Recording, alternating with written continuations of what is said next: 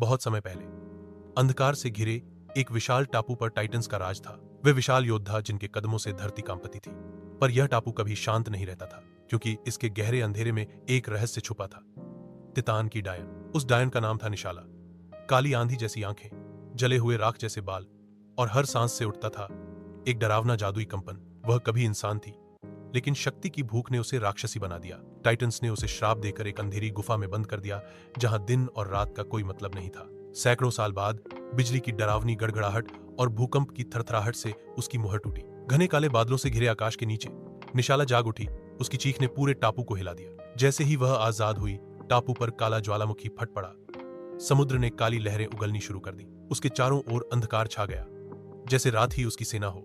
पेड़ उसकी आवाज से गिरने लगे और आकाश आग की बौछार से जल उठा। टाइटंस घबरा गए, लेकिन एक युवा योद्धा एरियोस, जो रात के अंधेरे में भी चमकता था, खड़ा हुआ।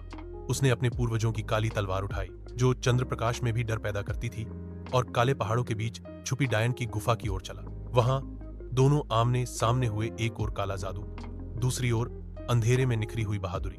डायन ने आसमान से आग बरसाई, लेकिन एरियोस ने तलवार से उसे चीर दिया।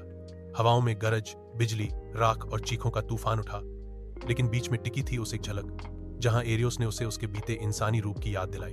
निशाला की आंखों में एक पल को दया की लौ जली, जो बरसों से बुझ चुकी थी। उसकी चीखें रुक गईं और जादू की राख बनकर गिरने लगीं। उसने अपनी शक्ति छोड़ दी और अंधकार धीरे धीरे छंटने लगा। टापू पर फिर से रात छाई रही, लेकिन इस बार डर के बिना।